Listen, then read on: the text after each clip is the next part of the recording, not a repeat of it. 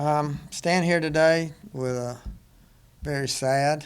The whole sheriff's department is very sad that we've lost one of our police dogs. Bumi was killed earlier this morning, and I'll talk about that in just a minute, but I'm also very sad, but also very mad. This is 3 weeks in a row I stood at this podium and talked about young people and guns and stolen cars, shooting at deputies, and now this morning killing one of our police dogs. I am not going to call them kids. They don't deserve that title of being called kids, because they make some very adult decisions. By shooting at us, killing our dog, just running wild out here in the streets, doing what they think anything that they want to do. Absolutely no parental supervision whatsoever.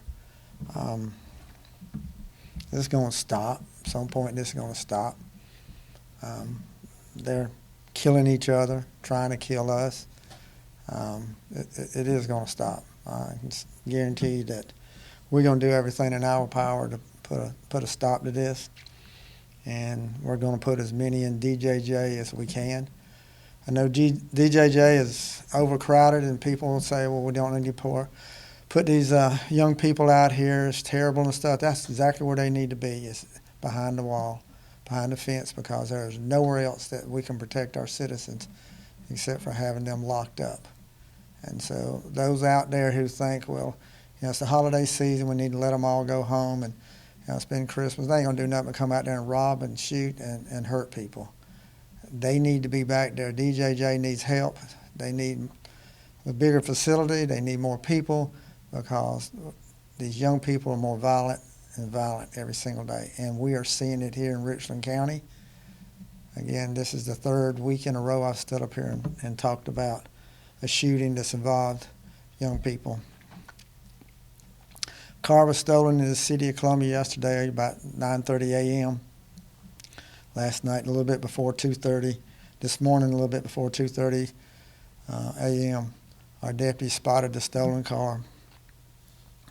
Got into a chase with it, used the stop sticks, deflated the tires. The car finally came to a stop in the Greenview community, not far from where we're at right now.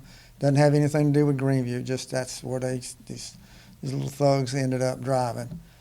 One stayed in the car, two of them took off running. Our K9 deputy, Alan Ware, and his K9 Bumi was there. You see both of them right there. The dog took off after the suspect. Got out of vision of the K9 handler. Shortly thereafter, K9 handler and other deputies heard shots, and I'm going to play you those shots in just a minute, and you're going to hear them. Heard the shots. They ran to where they heard the shots. They were able to find Bumi there, but had been shot at least 3 times, we feel like.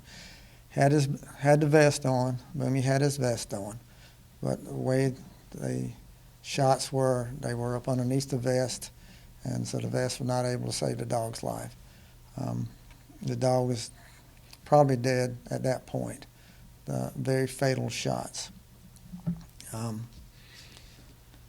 We took the Bumi to the vet anyway to see what we could do. We arrested one 16-year-old at the scene. I want to play you the video. Now, shot spotter. This is what we have throughout the Midlands. Not all over the place, but last night, just in the Midlands of Columbia, 44 shots that shot spotter picked up. 44 bullets were fired last night throughout the Columbia area. If you don't think this is dangerous and this is not a war zone that these young people are doing, then you're fooling yourself. So I want you to listen very closely, because you're going to hear the shots, the 5 shots that were fired that took our dog's life.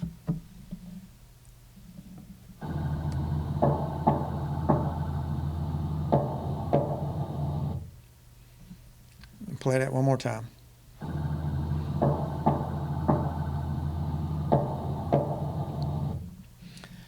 We found shell casings, and we also found a pistol, The pistol we found matches the shell casings and probably going to match the bullets that are still in our dog.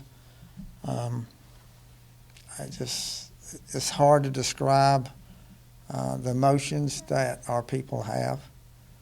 You know, this is the third dog we've had killed this year. This is the second dog we've had shot. First one we had shot had to medically retire because being shot. Teenagers, young people who just do not care whatsoever. The 16-year-old that we've arrested, that's what he's charged with, obstruction of justice, misprision of felony. Had an ankle monitor on that he hadn't charged up since December the 4th. DJJ had a pickup order on him, has not been picked up. Has a very long, lengthy record. Recently was in DJJ for, I want you to listen very closely what he's in DJJ for, choking out a police officer. And here he is in our community on an ankle monitor that he is not charged up, so which means it is absolutely worthless. But here he is out here involved in a stolen car and the killing of one of our police dogs. We have two more that we're looking for. Yeah, going back to the other one, I can't tell you his name. Law doesn't allow me right now to stand up here and tell you what his name is.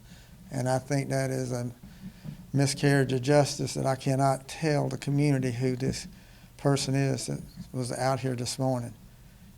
You know, 16 years old.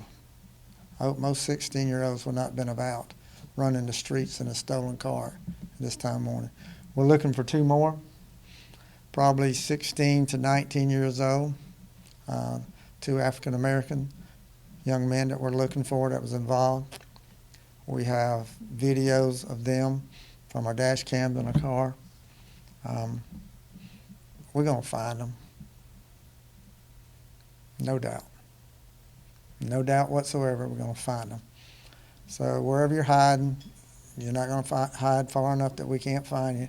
Whatever rock you've crawled underneath, we're going to lift that rock up and we're going to get you. The smartest thing you can do is come turn yourself in.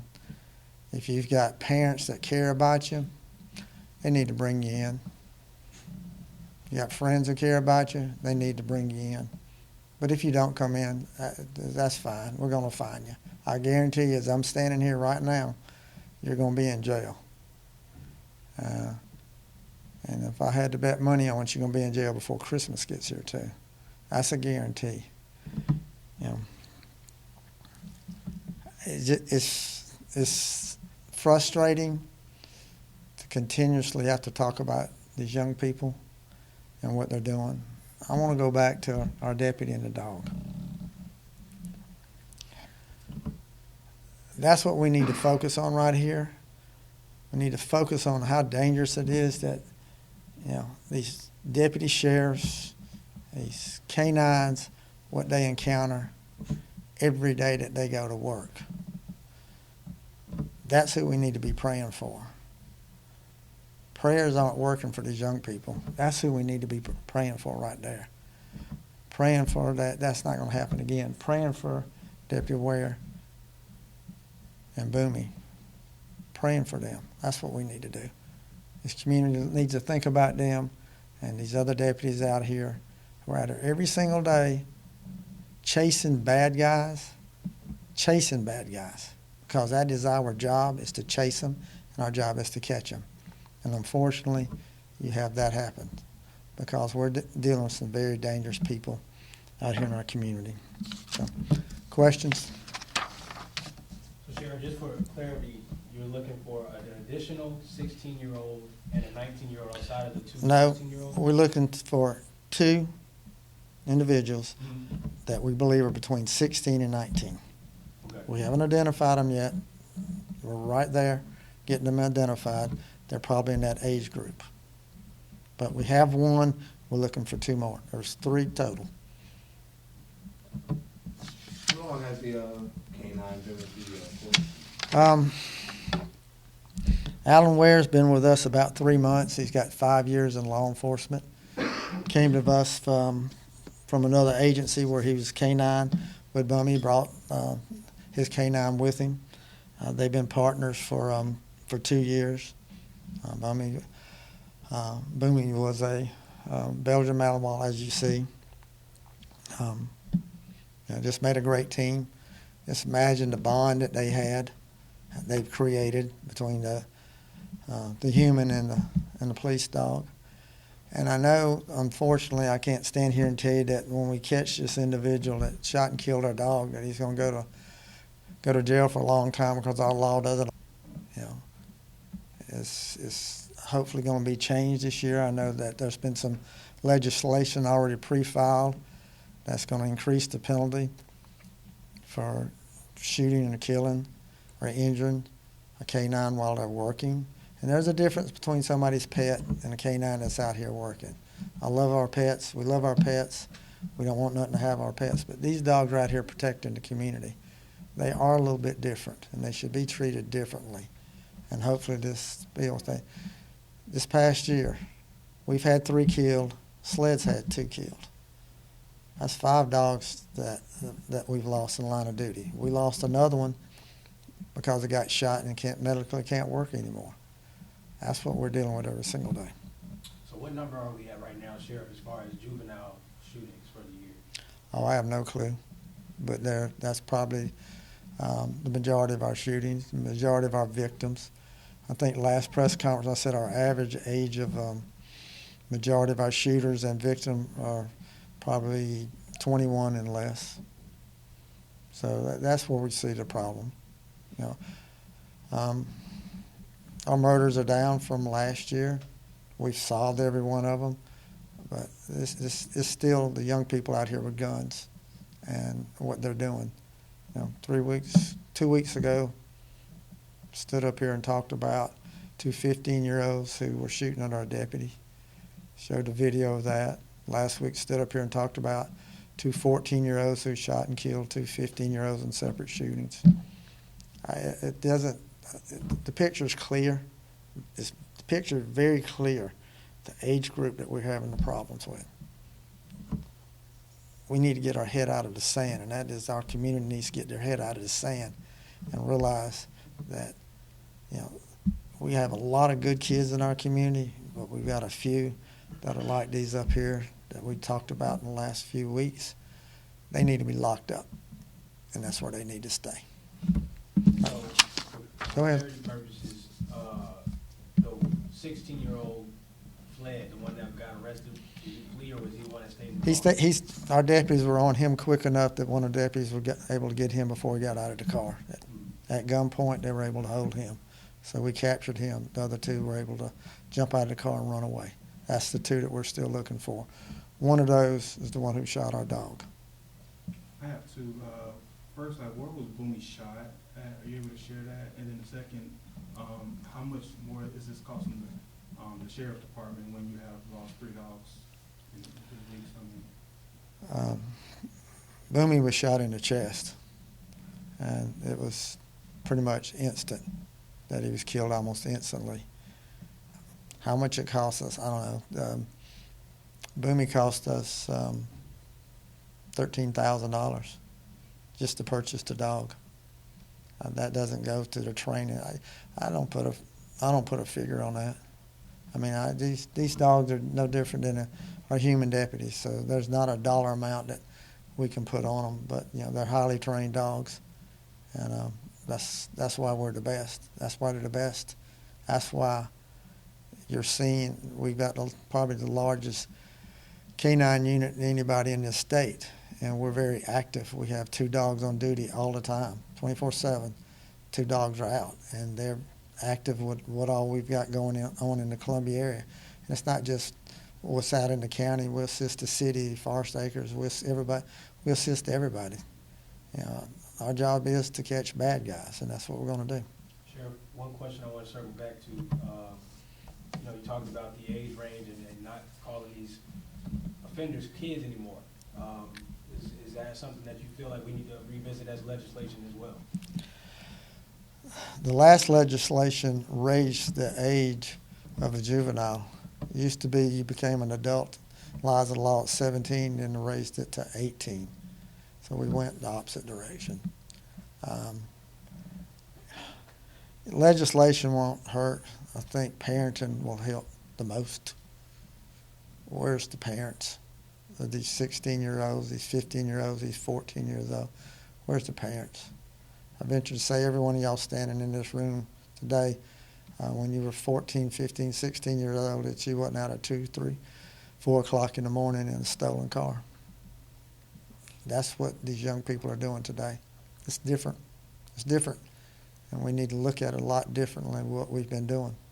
If not, we're going to continue to have me stand here and put something like that up. Can you talk a little bit about if there's this counseling between the bond or the deputy and the K-9 that once he loses his partner, essentially? How does that go? That's very emotional. I mean, we've got to deal with the emotions of that handler. That's his partner. They're together 24/7 because when they're working together, 12-hour shift they work, then when they get off, the dog goes home. At that point, the dog transitions from being a working dog to basically a pet, but it's at home. That handler spends more time with the dog than they do with anybody else in their family. The kids, their spouse, their friends, it's more time. So there's a bond because they're there to protect each other. That dog we saw last night or this morning gave his life to protect his handler. That deputy is willing to do the same thing to protect his K9. That's a bond that is hard to imagine that how strong it is, because it is. Just think of those, if you have a pet, your dog, how you feel. But you and your dog don't strap on a gun and a vest on the dog and go to work and have people shoot at you and kill you. That is the difference. So that is a bond. So there's a lot we got to deal with that. Not only with just that, with Alan Ware, but also with everybody in K9 and everybody in this department. It's, can't get much more tragic. Sheriff, one question I have for you. What programs either implemented or planning to implement does the department, work with the county on or with the city or whatever the case may be to prevent gun violence? Give some outlets, some resources for the youth so that this isn't the case. I know we talk about, parenting a lot, but what options are out there for them? We got a whole youth services division. That's all they do is work with young people. Help parents with parent support groups, help kids understand how to make good decisions and get on the right path.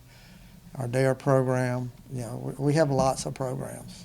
So the programs are there. What I'm talking about right now is locking these people up. That's what we're going to do.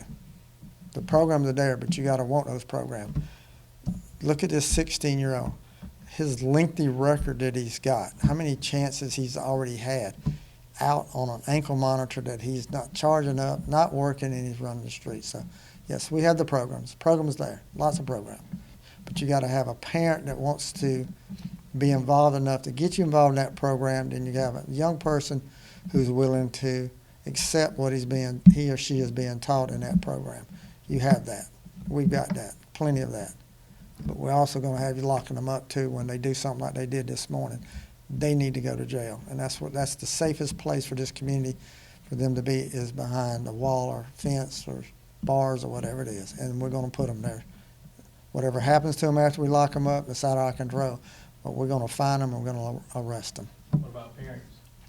I wish I could lock the parents up. It's not a law to be a bad parent, and I think that's a problem. Holding parents accountable needs to be done.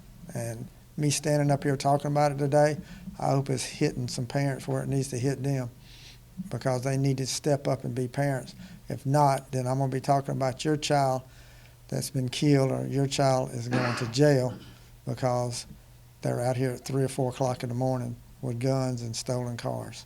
So take it home. Let it hit home. All right, thank you.